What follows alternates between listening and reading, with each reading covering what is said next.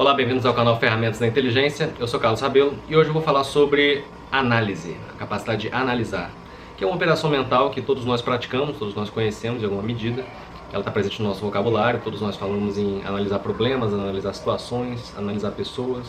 A maior parte de nós fez análise sintática quando era adolescente, estava na escola. O problema é que muitas vezes as nossas análises são falhas e isso dá pra gente uma compreensão equívoca daquilo que a gente está analisando em determinado momento.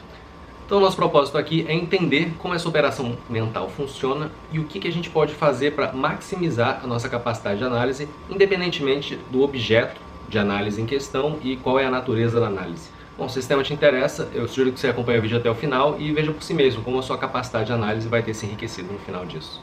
Bom, antes de entrar no tema da capacidade analítica propriamente dita, eu quero fazer algumas distinções de ordem ontológica, que vem da ontologia. Ontologia é um termo grego que significa o estudo do ser. Quando fala em ser, está falando da realidade como um todo. Então, é um estudo que visa a fazer distinções que dizem respeito à realidade como um todo, à estrutura da realidade, suas categorias mais fundamentais, suas relações mais fundamentais. E por que isso é interessante? Porque isso dá para a gente um quadro de referência muito amplo, dentro do qual a gente pode situar a nossa análise, e também essas distinções, elas nos ajudam tanto a situar o assunto que a gente está estudando dentro da realidade, como também fazer distinções muito precisas. E isso vai te fazer ter uma compreensão e uma intelecção mais profunda do assunto em questão. Então, primeiramente, eu vou começar com a distinção entre substância e atributo. Quando a gente fala em substância, eu quero me desassociar da ideia mais comum de que substância é uma substância química. Substância, na terminologia da ontologia, se refere a qualquer coisa que existe por si mesma. Bom, nesse sentido, todas as coisas concretas individuais que existem, que a gente percebe com os sentidos, são substâncias. Nós próprios somos substâncias, os objetos que a gente percebe ao nosso redor, gatos, cachorros, prédios, o asfalto, o chão, tudo isso são substâncias, são coisas que existem por si mesmas. E os atributos, eles são justamente o contrário, de certa forma. Eles são coisas que não existem por si mesmas, mas só podem existir em algo. Eles são sempre atributo ou também se fala acidente de algo. Então, por exemplo, você nunca vê a cor andando na rua, você nunca vê o verde, olha o verde atravessando a rua, nunca vê o vermelho, amarelo, você tem que ver o verde, vermelho e amarelo de algum objeto. E de maneira análoga, o mesmo vale para outros acidentes ou atributos. Peso, proporção, quantidade, capacidade. Essas coisas são sempre o peso, a proporção, a quantidade ou a capacidade de algo. Você tem sempre alguma substância, um substrato, que está embaixo dessas características. E isso é assim de tal modo que é impossível pensar nesses atributos sem pensar nas substâncias ou nos substratos em que eles estão presentes. Então, por exemplo, você vê pessoas, você vê animais, ao mesmo tempo essas pessoas e animais, eles têm certas capacidades. Capacidade de falar, capacidade de se locomover, capacidade de produzir certas coisas. Essas capacidades se manifestam por meio de comportamento. As pessoas, os animais, são todas coisas que existem por si mesmas, enquanto as capacidades, os comportamentos, são atributos dessas substâncias. Então essa é a primeira distinção, substância e atributo, ou acidente. Bom, agora a gente vai olhar de maneira mais detida a substância. O que faz com que a substância seja o que ela é. Então, como a gente já falou, as substâncias são as coisas concretas que existem no mundo. O computador que você está assistindo esse vídeo é uma substância, os móveis em torno de você são substâncias, você próprio, outras pessoas, os animais, todas essas coisas são substâncias.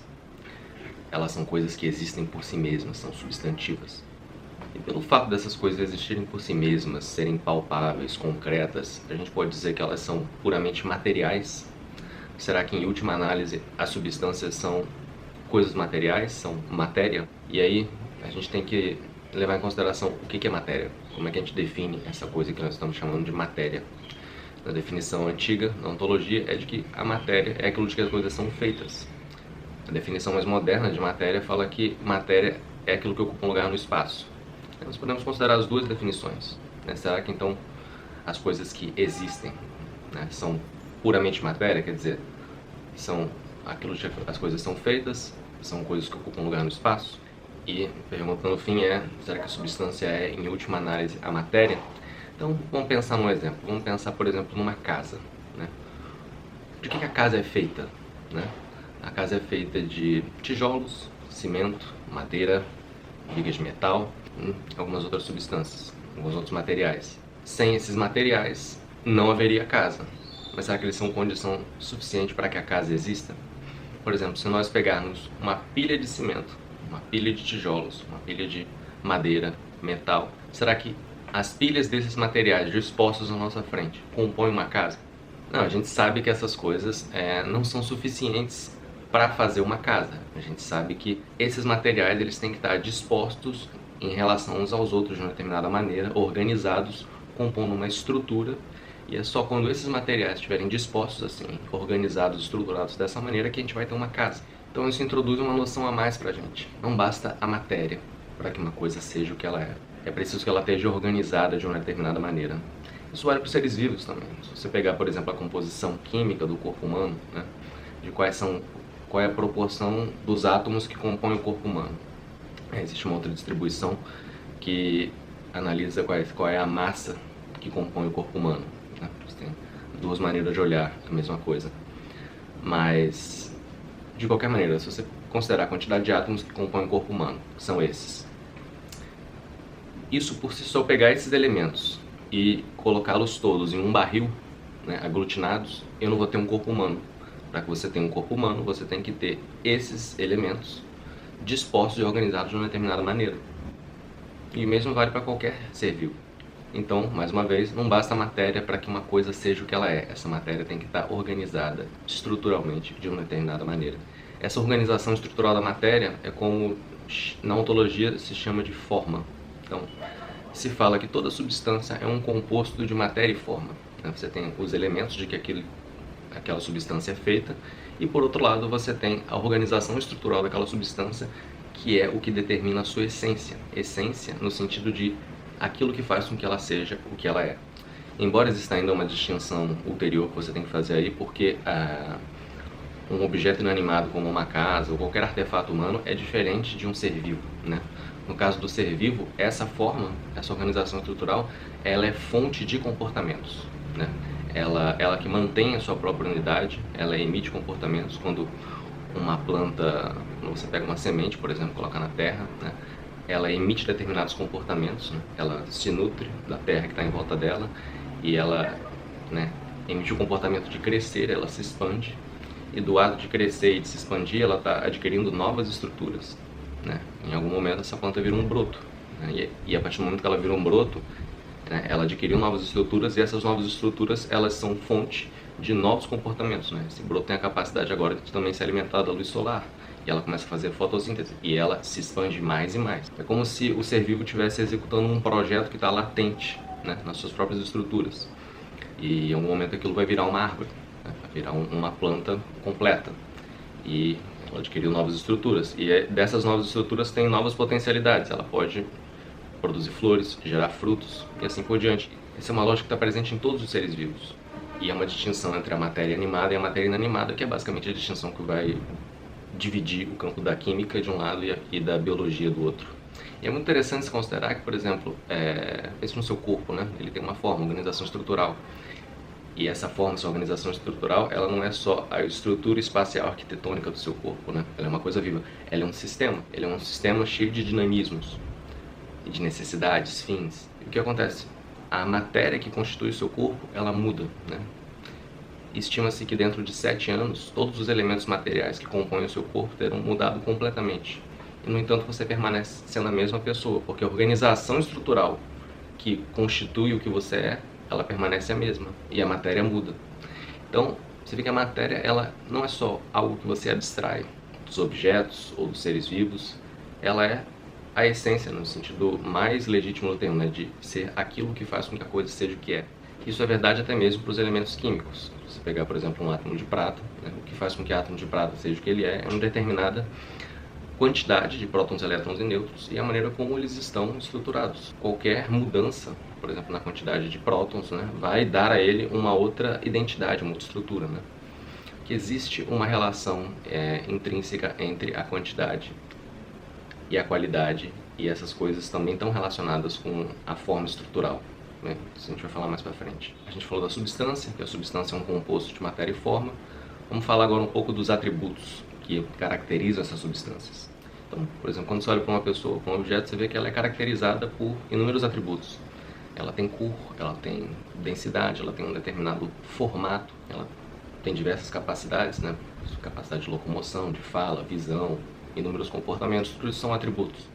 Ela tem uma série de hábitos e conhecimentos consolidados, ela sabe falar um determinado idioma, ela sabe operar equipamentos, celular, computador, carro, ela se veste, ela dispõe o corpo de inúmeras maneiras diferentes, tudo isso são atributos. E tudo isso são coisas que existem, objetivamente, né? Existem não enquanto substâncias, não são coisas que têm uma existência autônoma, mas existem enquanto atributos em substâncias. É por isso que se fala que a substância ela é sujeito de atributos, né? Sujeito no sentido etimológico de subjectum, o que está embaixo de todos aqueles atributos. E é curioso notar que a substância, essa coisa que está embaixo, ela está sujeita a inúmeras alterações, sem contudo deixar de ser o que ela é, né? Uma pessoa vai na praia e volta de outra cor, ela continua sendo ela mesma. Quando ela adquire um conhecimento que ela não tinha antes, ela continua sendo a mesma pessoa, embora, né, com uma alteração. Quer dizer, aquele substrato continua existindo, ele tem uma continuidade de existência. E Aristóteles observou que existem 10 categorias do ser. Dessas 10 categorias, uma é a própria substância, né? Quer dizer, todas as coisas que existem, né, se manifestam de 10 maneiras diferentes. Uma delas é a substância, que é a mais fundamental, o núcleo de todas, e as outras 9 seriam todos atributos ou acidentes. Desses 9, 2 são atributos no sentido mais fraco, eles podem ser reduzidos a outros dos mencionados anteriormente. Então, no fundo, a gente vai trabalhar com 7 atributos fundamentais, que são a quantidade, a qualidade, a relação, o lugar, o momento, a ação e padecimento. Tem 7 atributos fundamentais que caracterizam toda e qualquer substância. Então, por exemplo, pense nas proporções corporais que caracterizam uma determinada substância. Por exemplo, quando você olha para um gato, como é que você reconhece que ele é um gato? Você reconhece que ele é um gato porque ele tem figura de gato. E a figura consiste na estrutura espacial daquele corpo, que se apresenta de uma determinada forma. É próprio da natureza do gato ter esse tipo de figura. O mesmo vale para os seres humanos, para as plantas, para todo e qualquer objeto da natureza. Então, o ser humano tem a capacidade de andar com 2 pés, ereto sobre 2 pés. E isso é uma capacidade inerente da natureza humana.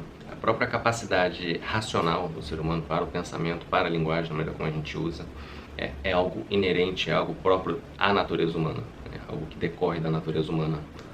Só que nesse caso, isso ainda é o atributo que diferencia o ser humano de todos os outros seres que existem. Por isso que a gente fala que é o atributo que define a sua essência. Por isso que se fala que o ser humano é um animal racional, porque a capacidade racional é aquilo que distingue o ser humano como animal de todos os outros animais. E é muito curioso, porque nós temos inúmeras propriedades que nos são dadas, que nós possuímos por natureza. Todos nós temos essas propriedades da mesma maneira, todos nós temos figura de ser humano, capacidade para visão, capacidade racional, capacidade para linguagem, mão, pernas, as partes do corpo. Todas essas coisas são propriedades, que são determinadas pela própria essência do que é o ser humano, pela natureza. A natureza, noção de natureza é a mesma da essência, mas focada pelo prisma das capacidades inerentes e latentes naquela substância. Falar em natureza é falar de essência pelo prisma da atividade e dos potenciais latentes naquela substância. E temos inúmeras propriedades, por natureza. Mas ao mesmo tempo, nós olhamos para uma pessoa, reconhecemos que ela tem a figura humana, então nós reconhecemos que se trata de um ser humano, mas ao mesmo tempo a gente reconhece que não é uma pessoa aleatória, a gente sabe que é o fulano ou a fulana de tal. Porque ao mesmo tempo que a gente capta a essência, a gente capta também a particularidade. E de onde que vem a particularidade? Todas essas propriedades que nós temos por natureza, elas estão sujeitas a determinadas variações marginais. Então, por exemplo, pensemos, todos nós temos nariz, no meio da cara. E o nariz, ele é o mesmo nariz em todos os seres humanos, no sentido de que é a mesma organização estrutural, tem 2 buracos, os mesmos ossos, mas, por exemplo, as proporções do nariz variam, as proporções das partes. Então você vai ter um nariz adunco, você vai ter tipos diferentes de nariz. E essas variações marginais, elas acontecem em todas as propriedades. O ser humano ele pode variar de altura, né? Então você vai ter o sujeito de 1,5 m, você vai ter o sujeito de 2,20 m, né? Então a altura do ser humano ela varia marginalmente nessa faixa, né? Mas ao mesmo tempo você não vai ter um ser humano de 3 metros ou 4 metros. E, por exemplo, a capacidade para visão, né? Todos temos a capacidade para visão. Umas pessoas vão ter uma visão mais precisa, mais focada, e outras vão ter menos. Isso vale para todos os atributos, todas as propriedades que vão caracterizar, que nos caracterizam por natureza. Bom, então, feitas essas distinções, eu quero avançar para falar de dois atributos que são fundamentais em caracterizar os entes, que é a qualidade e a quantidade. E é muito interessante porque a quantidade e a qualidade elas estão diretamente relacionadas à matéria e à forma. Os atributos relacionados à quantidade derivam diretamente da matéria e os atributos relacionados à qualidade derivam diretamente da forma. Mas o que eu quero dizer exatamente quando eu falo de qualidade e quantidade, né? Então, em primeiro lugar, a qualidade, né? Aristóteles distinguiu 4 tipos de qualidade. Então, Aristóteles fala, por exemplo, da figura, né? Eu já mencionei a figura dos entes, né? A figura seria uma das qualidades. E a figura é a própria estrutura espacial por meio da qual nós reconhecemos que um indivíduo é um ente de uma determinada espécie. E essa figura ela é dotada de um determinado conjunto de proporções corporais entre as partes, que faz com que nós a reconheçamos como um javali, um gato, um tamanduá ou uma pessoa. Então é um formato dotado de um conjunto de partes, cada parte também com um formato e uma figura muito peculiar. É interessante mais uma vez enfatizar, né, que o formato de um determinado ser, com todas as suas partes e componentes, ele é determinado pela natureza desse ente. Então, as partes que compõem o seu corpo, braços, mãos, né, até se você for mais minucioso, se for para a estrutura esquelética, os músculos, né, tudo isso é determinado pela natureza, né, você tem todos os ossos e músculos que um ser humano tem e com a composição, né, que um ser humano tem. E qualquer um que olhe, né, identifica nessas proporções um determinado padrão e reconhece você como sendo de determinada espécie. Quando a gente olha para uma figura, né, para o formato de um determinado ente, e tudo que eu estou falando aqui parece que a coisa se trata de um edifício, né? Parece que eu estou falando do ente sobre a questão sob o prisma de um edifício arquitetônico com uma estrutura fixa. Só que a gente sabe que essa estrutura não é fixa. Ela faz inúmeras coisas. Se ela faz inúmeras coisas, quer dizer que ela tem uma série de capacidades latentes. Essas capacidades latentes, Aristóteles chamava de potências, dinamis em grego.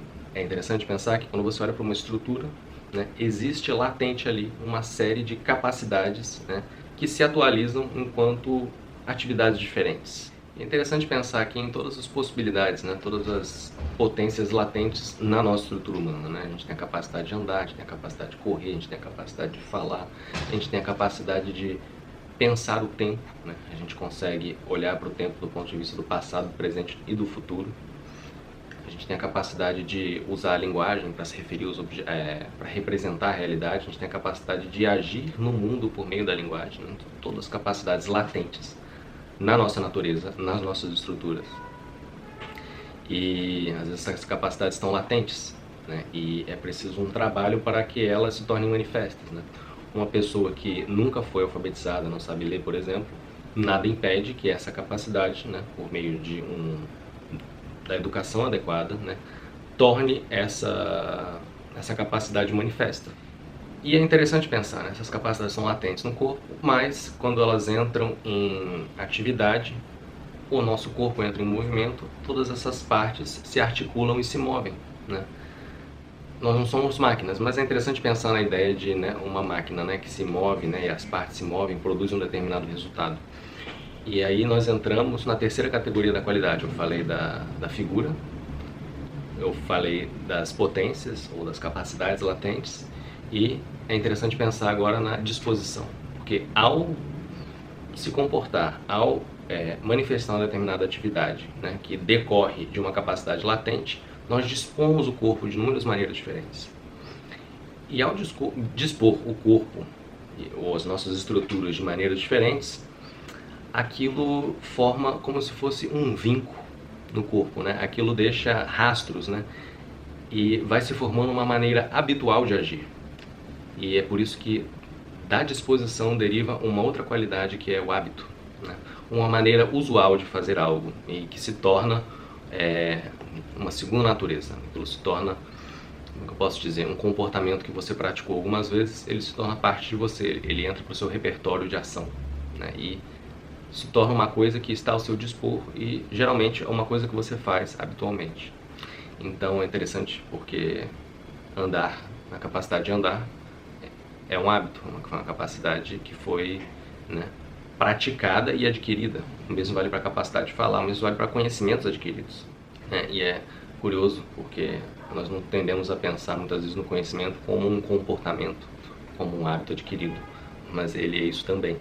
E por fim, quarta qualidade que Aristóteles fala são as qualidades afetivas ou afecções, que são todas as informações sensoriais que uma substância emite. Então, o fato de uma substância ter cor e você captar a cor dela, isso é uma informação sensorial que está nela. A densidade do corpo, o calor, o frio, todas essas características que você capta por meio dos sentidos, né? O cheiro, os sons que ela emite, são todas qualidades afetivas ou afecções. E agora, falando um pouco de quantidade, antes de mais nada é interessante deixar claro que não existe uma dicotomia entre quantidade e qualidade. Porque do mesmo jeito que na substância a forma determina o que aquela substância é através da matéria, a mesma coisa acontece com a quantidade e a qualidade. A qualidade determina um determinado modo de ser através da quantidade. Então elas estão sempre juntas. E não tem como você operar mudanças qualitativas que não afetem as quantidades e ao mesmo tempo não é possível você operar mudanças quantitativas que não afetem a qualidade. Mas elas são coisas fundamentalmente diferentes. Aristóteles distingue dois tipos de quantidade. Você tem a quantidade discreta ou descontínua e a quantidade contínua. Então a quantidade discreta ela se refere a entes que têm limites claros. Eles têm limites, fronteiras mesmo. E em função deles terem limites, eles têm unidade. Você pode contar esses entes. E em função de ter limites e ter unidade, ele também tem um formato, uma determinada figura. Por exemplo, se você pegar garrafas, né? Eu tenho aqui 3 garrafas. Eu não poderia falar, mas eu não poderia ter 6 meias garrafas? O que acontece se você partir uma garrafa no meio? Ela continua sendo garrafa? Ela continua cumprindo a função de garrafa? Então, no momento que você destrói a forma da garrafa, ela deixa de ser garrafa. Mesma coisa, gato. Bem, se você tem 3 gatos, se você partir, você pode falar que você tem 6 meios gatos? Se você partir os 3 gatos no meio, você vai ter 6 meios gatos? Não, porque se você parte o gato no meio, ele morre, ele deixa de ser gato. Você destruiu justamente a forma, a organização estrutural intrínseca dele, ele deixou de ser o que é. O que resta ali, o cadáver do gato, são só os componentes materiais do gato, que tendem a ser, eles vão virar comida de outros seres, enfim. A própria ação dos elementos atmosféricos vão fazer com que aquele material se disperse, Então, você vê a organização estrutural, a forma que faz com que a coisa seja o que é, com que faz que aquilo seja um ser vivo, é o que mantém a unidade, o formato e as fronteiras daquilo. E nós temos inúmeras coisas com limites, com fronteiras claras, Não só pessoas, garrafas, sofás, casas, mas também células, fonemas. Já a quantidade contínua é diferente. A quantidade contínua seria, você olhar para a coisa pelo aspecto puramente material. A quantidade contínua aparece para a gente como uma massa de um determinado material. Então, se você pensar, por exemplo, na água contida por um copo, Se você pegar a metade dessa água, você vai ter 2 porções iguais de água, ou até desiguais, isso é irrelevante. Mas se eu for fracionando a quantidade de água num copo, em porções cada vez menores, todas essas porções pequenas de água continuam sendo água. Mas se eu fracionar um gato em porções cada vez menores, eu não vou ter, gatos cada vez menores. Eu vou ter, frações de um cadáver de gato, de algo que foi gato um dia. Mas, assim, é interessante porque a gente, convenciona unidades de medida para pensar as quantidades contínuas. Então, por exemplo, se você pensar na extensão de uma parede, né? Aquilo tem uma determinada altura, mas aquilo é uma extensão, do mesmo jeito que é uma quantidade contínua, do mesmo jeito que a água, né, que eu dei no primeiro exemplo. O mesmo vale para, por exemplo, o tempo, né, um determinado curso de tempo, né, também uma quantidade contínua. E a mesma lógica cabe aqui se você fracionar essas quantidades contínuas, cada fração vai ter a mesma natureza, vai ser matéria do mesmo tipo. E nós convencionamos unidades de medida para mensurar essas coisas. Então a gente está aplicando uma lógica que é inerente à quantidade descontínua, à quantidade discreta, para pensar a quantidade contínua. Então, por exemplo, quando eu pego uma extensão de parede e eu convenciono uma determinada medida e falo que aquela medida é 1 metro, e depois eu subdivido esse metro em decímetros, centímetros, e eu uso essas unidades de medida, né, uma determinada porção, para medir aquela extensão, e uma quantidade, né, de centímetros em sequência forma 10 centímetros a um determinado tamanho, eu estou aplicando a quantidade contínua, a lógica da quantidade discreta, para ter maior controle. E nós fazemos isso com inúmeras quantidades contínuas que nós lidamos no nosso dia a dia, né? Nós fazemos com os líquidos, né? Nós contamos em ml, todo o sistema internacional de unidades que, né, foi convencionado para ser usado pelas ciências, né, principalmente na química, são convenções desse tipo. Então, pelo que eu falei até agora, parece que, bom, então a quantidade discreta está relacionada a, né, coisas que têm forma, e a quantidade contínua está relacionada a coisa quando você está olhando para algo pelo prisma da matéria, de que aquilo é feito. Mas tem um porém aí, porque a quantidade discreta, por exemplo, se eu tiver 8 laranjas em um saco, né, isso é quantidade discreta. E, por exemplo, se eu dividir essas 8 laranjas, né, pela metade, eu tenho 4 laranjas de um lado, 4 laranjas do outro, né, não tem nada que conecte e relacione as laranjas intrinsecamente entre si, né? E ao mesmo tempo, 4 laranjas são parte de um saco de 8 laranjas. Você tem 8 laranjas, né, são unidades, cada laranja é uma unidade, então se trata de quantidades descontínuas, mas ao mesmo tempo elas não têm nenhuma relação intrínseca, então se trata de um montante, de uma multitude.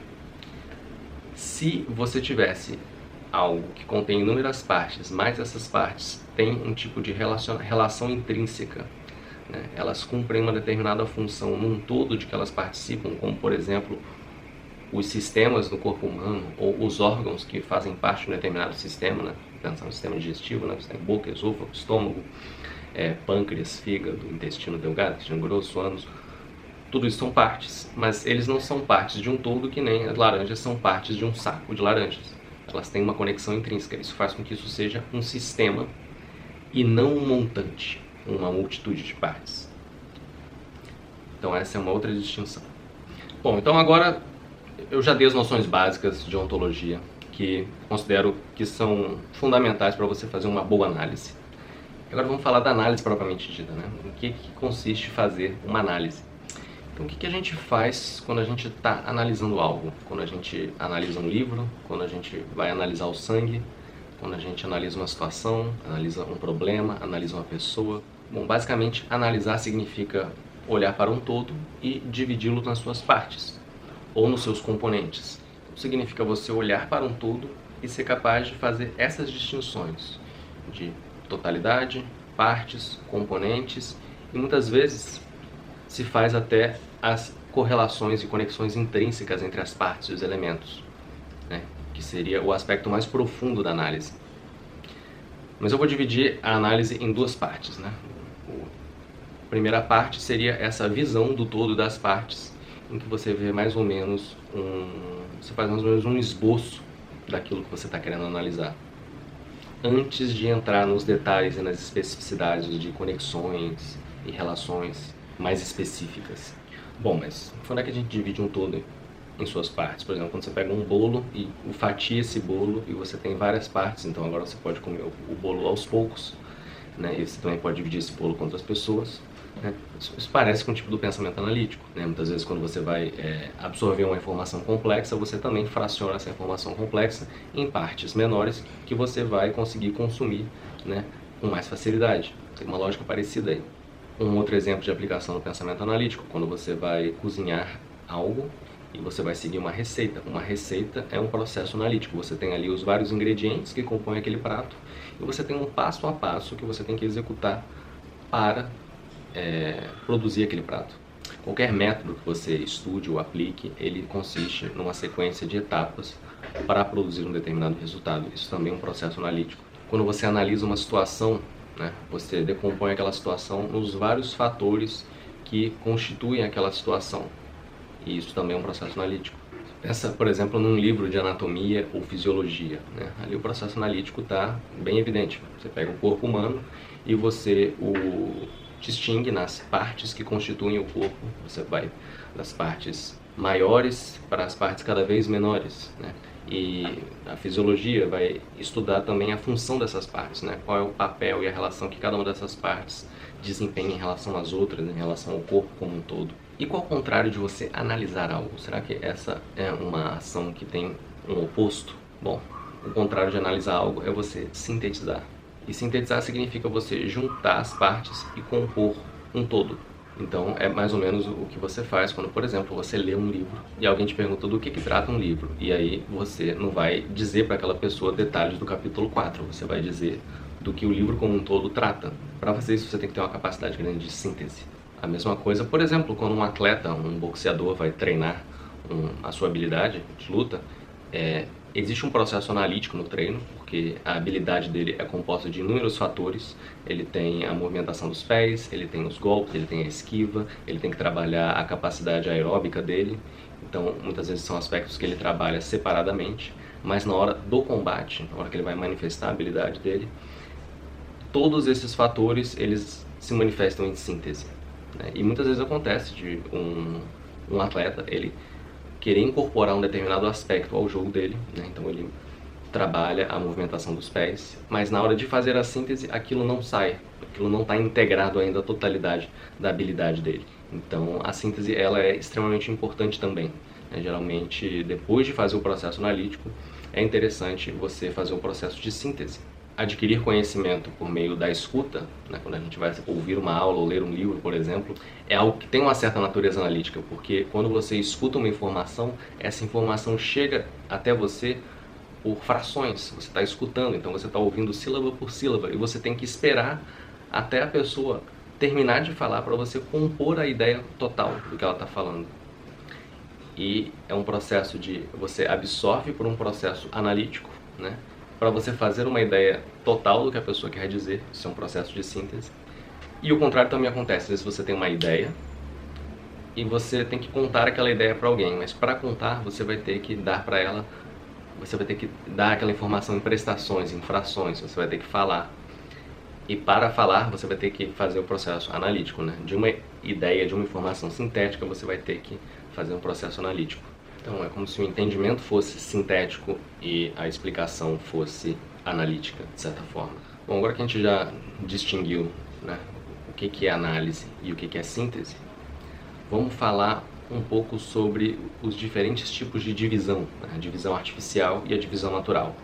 Então, pelo que a gente já falou sobre quantidades e qualidades, já deve saber que, bom, quando eu faço uma divisão artificial de alguma coisa, né, por exemplo, quando eu pego um bolo e corto em vários pedaços, ou quando eu pego um gato e eu o fraciono, né, em vários pedaços, eu estou tratando dos materiais, eu estou me movendo na categoria da quantidade. E quando eu olho para alguma coisa e eu procuro distinguir quais são as partes que elas têm, que aquele objeto, que aquela substância tem por natureza, eu distingo essas partes e eu procuro separá-las não fisicamente, mas esquematicamente, né, num estudo que eu esteja fazendo, ou numa análise que eu esteja fazendo, eu estou fazendo uma divisão natural, né? E eu estou olhando para partes que são determinadas qualitativamente. Então essa seria, né, uma primeira distinção, uma divisão natural de uma divisão artificial. Uma divisão natural é relacionada à categoria da qualidade e a divisão artificial é relacionada à categoria da quantidade. Exceto, por exemplo, a gente vai dividir um montante de uma determinada quantidade de tangerinas ou bolas. Nesse caso você também pode fazer uma divisão natural, né? À medida em que você, mas como eu disse antes, essas partes não têm uma relação intrínseca, você pode inclusive, né, mover quantidades do material. E nesse caso, quando você está tratando com montantes, né, cada unidade é uma substância autônoma, né? Cada laranja é uma laranja, é uma substância individual, né? Não é uma parte de um organismo. Então tem uma autonomia. Então eu estou me movendo na categoria dos entes substantivos, né? Eu não estou lidando nem com quantidades nem com qualidades, eu estou, né, separando unidades de substâncias, por assim dizer. E aí, dividindo montantes de substâncias, existe um limite natural para a nossa divisão, né? Se eu tenho 9 laranjas e eu quero dividir essas 9 laranjas pela metade, né? Eu não tenho como. Porque se eu colocar 4 laranjas e meia, aquela meia laranja, ela já não é laranja. Então você pode, ou então se eu tiver 9 gatos para dividir entre 2 pessoas, mesma coisa, eu não tenho como dar meio gato para cada uma. Então existem esses limites quando você está dividindo montantes, né? Dá limites inerentes à própria divisão natural, né? Por exemplo, você pode falar, não, se você vai fazer um suco de laranja, você tem 9 laranjas, certo? E você vai dividir essas 9 laranjas ao meio, e você dá 4 laranjas e meio para cada um faz um suco com 4 laranjas e meia. Aí, né, parece que está tudo bem, porque, né, você está considerando a laranja como um objeto de valor para fazer o suco. A questão aí é que se você está pegando a laranja para fazer o suco, o que te interessa da laranja é justamente o componente material. Você já está, de certa forma, considerando a laranja como matéria e não mais como forma. Então, nesse caso, você pode até fracionar a laranja em partes menores, que não faz a menor diferença. Mas isso já não dá para fazer com gato, por exemplo. Se for dividir o número de gatos entre, ou sei lá, porcos entre 2 fazendeiros, você não pode dar meio porco para cada um. Um vai ter que sair com mais e um vai ter que sair com menos. A não ser que você mate um dos porcos e os 2 vão comer. Mas aí você já vai estar tratando o porco como matéria e não como forma. Isso é inescapável, não tem como sair disso. Outra coisa importante a se considerar quando vai fazer uma análise, ou é um aspecto da análise que você pode também incluir na sua análise, se for o caso, é que quando você vai abordar algo sobre a categoria da quantidade, quer dizer, você está analisando a matéria de que algo é feito, ou os elementos que constituem uma determinada substância, um determinado ente, você pode, lembra, né? Quando você trata de matéria ou de quantidade, você pode fracionar essa quantidade, né? Quantidade contínua, e por menores que sejam as frações daquela quantidade, ela ainda é a mesma quantidade. Se você fracionar uma pedra em pedaços cada vez menores, você vai ter sempre pedra. Quer dizer, mais ou menos, né? A gente sabe que, por exemplo, se você fracionar um corpo até os seus componentes menores, o menor componente do corpo vai ser a célula, né? O corpo humano é feito, né, os corpos vivos são feitos basicamente de células. Então esse componente, né, último, né, que constitui uma determinada substância, a gente vai chamar de elemento, né? Então não é à toa que antigamente eles tinham a noção dos 4 elementos, né? Porque os 4 elementos figuravam na física antiga como os elementos químicos figuram na química moderna. Mas o elemento final de um corpo biológico é a célula. Mas se você pegar essa célula e for ver do que ela é feita, você vai chegar em elementos químicos.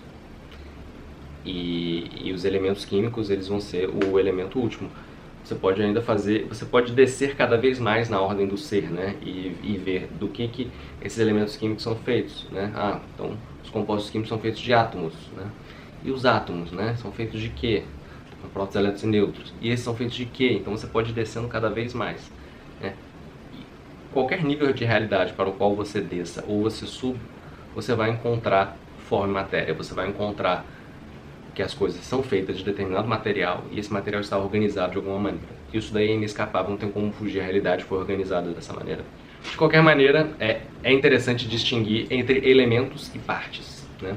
Então, né, se você olhar para uma substância, por exemplo, se você olhar para o corpo humano, né, você vai ver lá, tem um esqueleto, tem um sistema muscular, você tem vários outros sistemas, né, sistema nervoso, sistema linfático, sistema digestivo, né, e eles têm partes, né, tem os órgãos e tal, mas se você for ver os elementos constituintes, aí você vai chegar nas células, né? Então essa noção é interessante pensar assim, quando você considerar algo sobre a clave do elemento, você vai estar olhando do ponto de vista da matéria constituinte. Quando você olhar para algo do ponto de vista das partes integrantes, principalmente se você estiver analisando algo organizado, né, estruturalmente, você vai ter as partes. E essas partes são determinadas qualitativamente. Então essa é uma distinção muito útil, né, elementos e partes. E assim a gente fecha essa distinção, as distinções dentro da noção de divisão natural e divisão artificial. E agora tem um outro aspecto da análise que é importante a gente considerar, que é a análise processual e a análise estrutural. Então, por exemplo, quando você pega algo que tem uma determinada estrutura espacial, né, aquilo tipo é uma coisa com várias partes, pode ser um edifício, né, que tem vários apartamentos, e cada apartamento tem vários quartos, ou pode ser um corpo humano, né, e aí vai ter várias partes também, né, vai ter vários sistemas diferentes, com cada sistema com vários órgãos diferentes. Sempre que você abordar algo do ponto de vista da estrutura espacial e arquitetônica, você está fazendo uma análise estrutural. São coisas que têm estrutura, ela tem uma determinada permanência. São quase fotografias instantâneas da realidade. E por outro lado, você tem a análise processual, que você analisa um processo, que é uma sequência de comportamentos. Então aquilo não se manifesta como um instantâneo, algo permanente no espaço, mas uma sequência de ações que se desenvolve no tempo e pela própria natureza da ação, né? Cada ação que se manifesta, depois do momento que se manifesta, desvanece, aquilo desaparece. Então uma sequência de coisas que se manifestam em sequência, uma sequência de comportamentos que se manifestam em sequência, mas que depois você não vê mais esses comportamentos, né? Então você tem que guardar na memória aquela sequência de comportamentos, e esses comportamentos muitas vezes são processos cíclicos que se repetem, né? Alguns desses comportamentos também, eles criam estruturas espaciais. Por exemplo, o comportamento de desenvolvimento, de crescimento, ele, né, de uma criança para um adulto, ou de um brotinho de planta para uma árvore, né, é um comportamento que produz estruturas espaciais. Mas isso é diferente, por exemplo, do comportamento de falar, ou do comportamento de você correr, andar ou executar um determinado trabalho, né? Embora muitos trabalhos que a gente executem, né, sejam no sentido de produzir um determinado objeto, ou um determinado resultado. Então, por exemplo, quando você cozinha um prato, certo? Uma sequência de comportamentos, e o prato que você tem no final do processo, ele é o produto daquela sequência de comportamentos. Mas isso não significa que só de olhar o produto você consegue deduzir a sequência de comportamentos que produziu aquele produto. Então a diferença basicamente aqui se estamos fazendo uma análise estrutural, estamos olhando um objeto, estruturas espaciais, vamos olhar para o seu todo e as suas partes. Se estamos fazendo uma análise processual, nós estamos olhando para uma sequência de comportamentos, né? Qual é o comportamento que se manifesta um depois do outro para produzir um determinado resultado. Então, um exemplo, né? Geralmente quando você vai fazer uma análise completa de alguma coisa, você integra esses dois tipos de análise. Quando você faz uma análise estrutural, por exemplo, o sistema digestivo, né?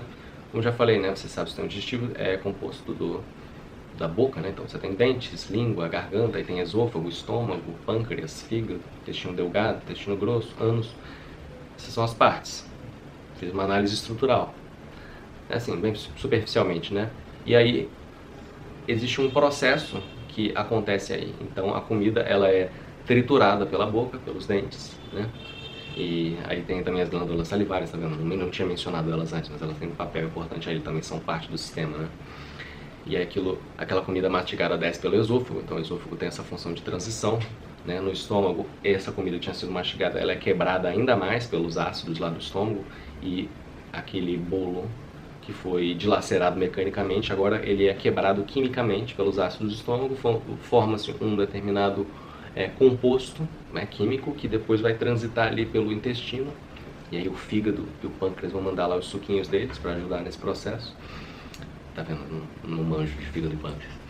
E aí no intestino, né, essa comida vai sendo absorvida, né, os nutrientes vão indo para o sistema sanguíneo, né, depois chega lá os restos lá no intestino grosso, que eu sinceramente não sei muito bem o que ele faz, além de levar ali para o ânus. Então, mas você vê, é uma sequência de ações, né, que perpassa todas essas estruturas. Então, e a compreensão, né, do sistema digestivo, ela envolve você compreender quais são as estruturas e quais são os processos. Quer dizer, você tem que fazer uma análise estrutural e uma análise processual. Então, as duas coisas são muito importantes para uma análise completa. Mas, ao mesmo tempo, você não pode misturar as coisas. Você não pode estar fazendo uma análise estrutural e no meio você começa a fazer uma análise, né, processual, né? É interessante saber, né, que são coisas distintas. Por mais integradas que elas sejam, elas são distintas. E é interessante que a análise processual ela também ajuda você, por exemplo, a entender, por exemplo, se uma determinada pessoa estuda de uma determinada maneira e ela consegue aprender muito estudando daquele jeito. Quer dizer, ela tem um método. Você quer aprender o método dela e você vai perguntar para ela o que ela faz, né? Ela faz justamente uma sequência de comportamentos que produz um determinado resultado. E você quer justamente fazer o quê? Pegar essa sequência de comportamentos. Putz, mas nem sempre as habilidades são assim lineares, né? Você faz A, faz B, faz C, né? Muitas vezes, né? A habilidade ela tem uma complexidade tal que, tipo, você faz A, mas dependendo do resultado você pode fazer ou Y ou D. E aí, aqui, né, você não tem uma linha, né? Você tem aquilo se desdobrando para direções diferentes. Você ainda vai fazer análise processual. A diferença é que aí você não vai ter uma sequência linear de comportamentos. O comportamento vai ter uma estrutura algorítmica, dependendo do resultado, né, ou dos efeitos das ações, muitas vezes dependendo do estímulo inicial, né, você vai numa direção ou em outra. Então, por exemplo, quando você vai ler um livro, né, já antecipando um pouco o método de leitura que eu quero, né, introduzir como coroando, né, essa série. Quando você vai ler um livro, né, uma das coisas interessantes de você fazer para entender o livro é ter uma noção do todo e das suas partes, considerado de maneira bem ampla, né? Então, se você lê um livro de ficção ou um livro de ciência, né, você tem que ser capaz de resumir em poucas linhas do que aquele livro trata como um todo, né? E depois de fazer isso, você tem que ser capaz de dizer quais são as partes que constituem aquele livro, também de maneira bem ampla. O que eu falei isso mesmo? Assim, então, por mais que você faça isso com qualquer livro que você venha ler, quando você chegar na parte em que você for ver as minúcias do livro, né, tipo, que perguntas o livro está respondendo, né, como ele construiu o raciocínio dele, você não vai aplicar esse tipo de pensamento a um livro de ficção. Se você estiver lendo um romance, por exemplo, que problemas ele está respondendo e qual é a estrutura do raciocínio, não tem um argumento ali, aquilo é uma história. Mas as histórias têm uma estrutura. Então, seria o caso, por exemplo, você está aplicando um método de leitura, então você faz um esboço do todo e das partes, mas dependendo da natureza do livro, eu vou seguir em direções diferentes. Se for um livro de ficção, eu vou pegar a estrutura das narrativas. E se for uma obra de ciência, eu vou pegar a estrutura racional, argumentativa, né?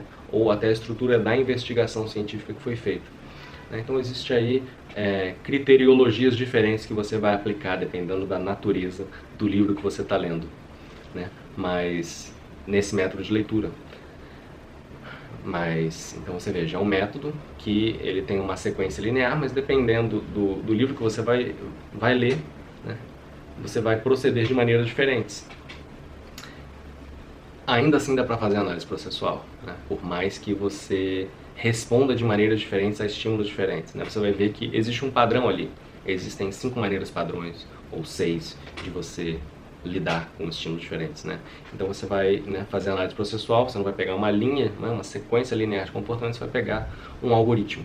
E esse exemplo que eu dei, ele é do método de leitura analítica do Mortimer Adler. O Mortimer Adler tem um livro chamado How to Read a Book, que foi traduzido em português Como Ler Livros, e é um livro excelente, maravilhoso. Quem não leu, eu recomendo que leia ontem, né, porque realmente ele te dá um conjunto de regras que faz com que você extraia o máximo de uma leitura, né? E a razão pela qual, bom, nesse livro ele fala que existem 4 tipos fundamentais de leitura, né? Que é a leitura elementar, que é a capacidade de leitura que você adquire depois de alfabetizado, basicamente. Ele fala na leitura inspecional, que é uma maneira de você fazer uma varredura no livro e saber do que ele trata, né? Basicamente. Se eu perguntar, esse livro é sobre o quê? Ele é sobre ficção? Ele é sobre ciência? Ele é sobre religião? Você vai pegar e falar, ah não, isso é um livro de religião, é uma exposição doutrinal. Ou você vai falar, ah não, isso aqui é um livro de história, né? Mas às vezes ele fala também da leitura inspecional, né? Fala-se muito de leitura dinâmica, né? Você ser capaz de ler rápido, né? E a leitura inspecional não é bem uma leitura dinâmica, porque as regras da leitura inspecional são de você, por exemplo, pegar o livro, ler o título, ler o subtítulo, ler a contracapa, ler as orelhas, ler o índice, né? Ver quais são os títulos, né, que compõem o livro, ler o prefácio, olhar os capítulos que se destacam mais, né, que parecem mais importantes para o argumento dele, e ler as primeiras páginas, né? Isso seria a leitura inspecional, né? E com base nela você consegue dizer, né, você consegue classificar o livro, né, na ordem do saber, né, que tipo de livro é esse. Você consegue muitas vezes dizer sobre o que trata o livro como um todo, né? Mas ele fala também da leitura superficial, né, que ainda é um tipo de leitura inspecional, mas que você vai ler o livro rápido, sem parar, sem procurar se aprofundar. E você lê o livro rápido só para você poder mais ou menos mapear, né, do que trata o todo e as partes. Então ele fala, por exemplo, para você resumir o todo do livro em poucas palavras, assim. Se você estiver escrevendo em Word, fonte calibre, tamanho 12, né, você consegue dizer em 5 linhas, né, ou 8 linhas, do que aquele livro trata como um todo. Então, um exemplo de resumo do todo do livro que ele dá aqui. Por exemplo, sobre a Odisseia de Homero, né? E esse foi um resumo feito pelo próprio Aristóteles, né? Ele fala assim: o que a Odisseia fala, né? Qual é a história do livro, basicamente? Um homem solitário vagueia durante anos em terras estrangeiras. Ele é vigiado pelo ciumento Poseidon, que o impede de voltar e fica desolado. Em casa, os pretendentes de sua esposa lhe devoram os bens e ameaçam a vida de seu filho.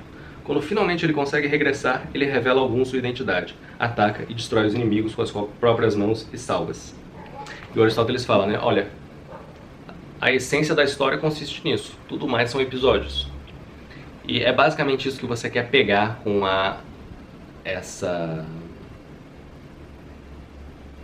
com esse resumo do todo, né? Qual é o essencial do que está sendo dito ali, né? Vou dar mais 2 exemplos. O livro do Adam Smith, A Riqueza das Nações. Então, você já sabe que isso é um livro, se você lê o título do livro, você vai saber que esse é um livro sobre economia, e ele vai investigar as origens e as causas da riqueza das nações. Quer dizer, quais são as coisas que algumas nações fizeram que fez com que elas se tornassem mais ricas do que outras, né? Ou seja, quais são as causas da riqueza, do enriquecimento.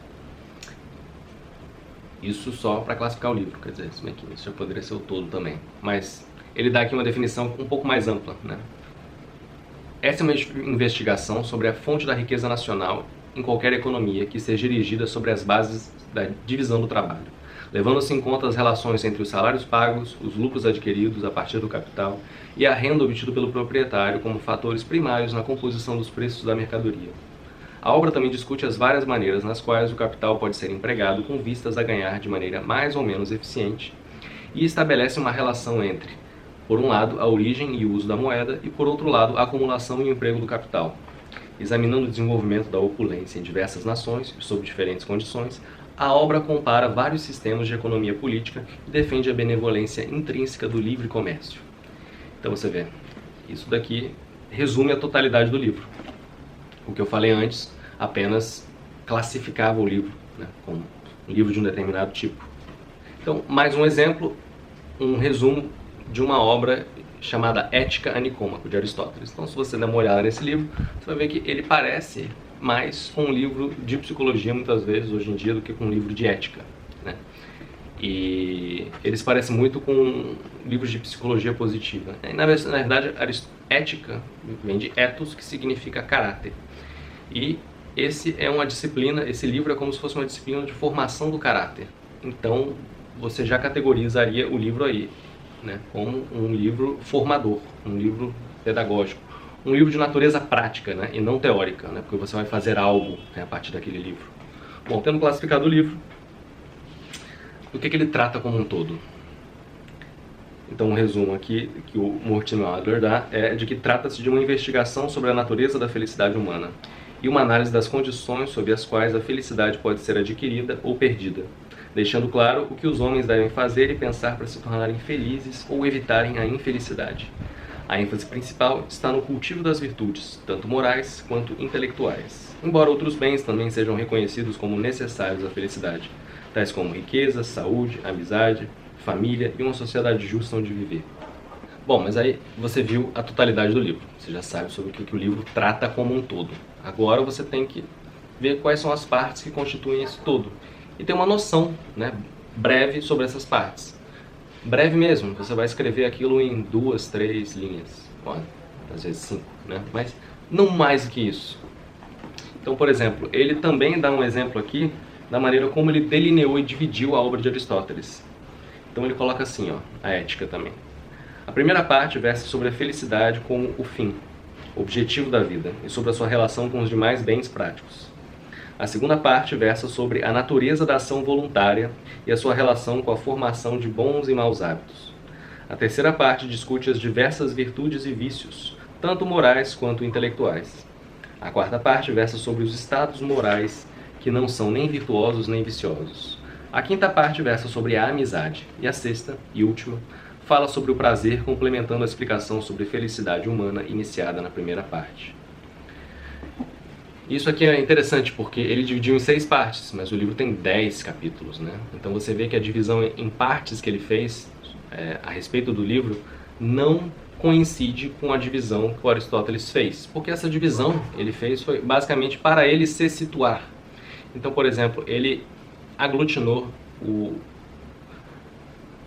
aquilo que é a segunda e a terceira parte, né? No livro do Aristóteles, ele aglutinou como uma parte só, porque para ele, né, no entendimento dele, elas estão tratando do mesmo assunto.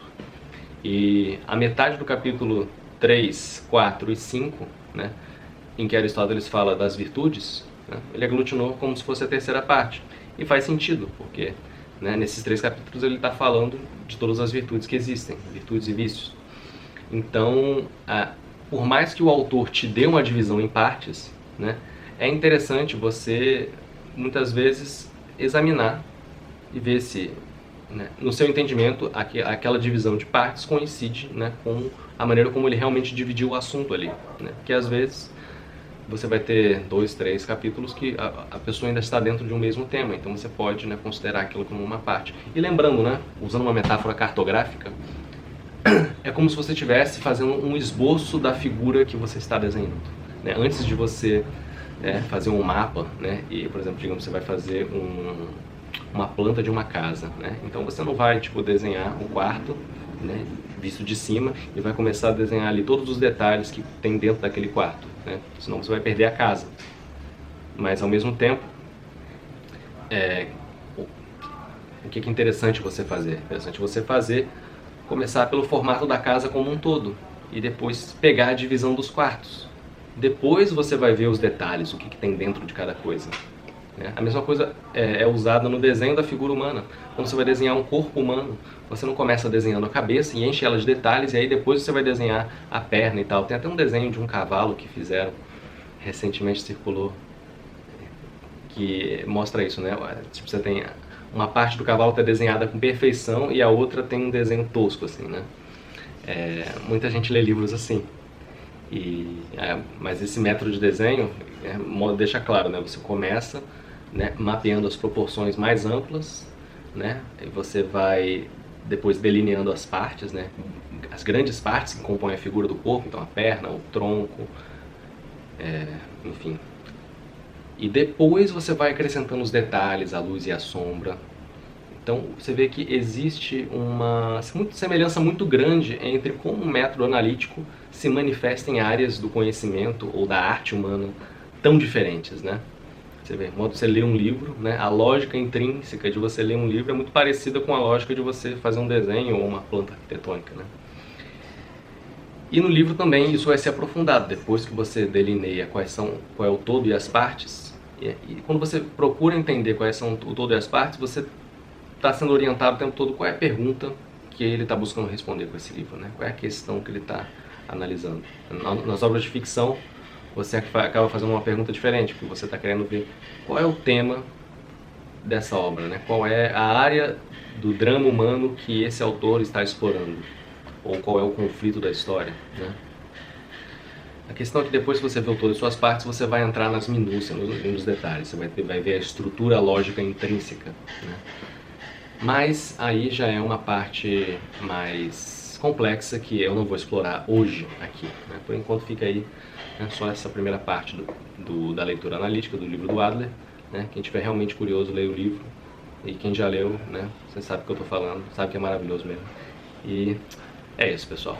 Por hoje é só. Um bom dia, boa noite, boa tarde. Adeus.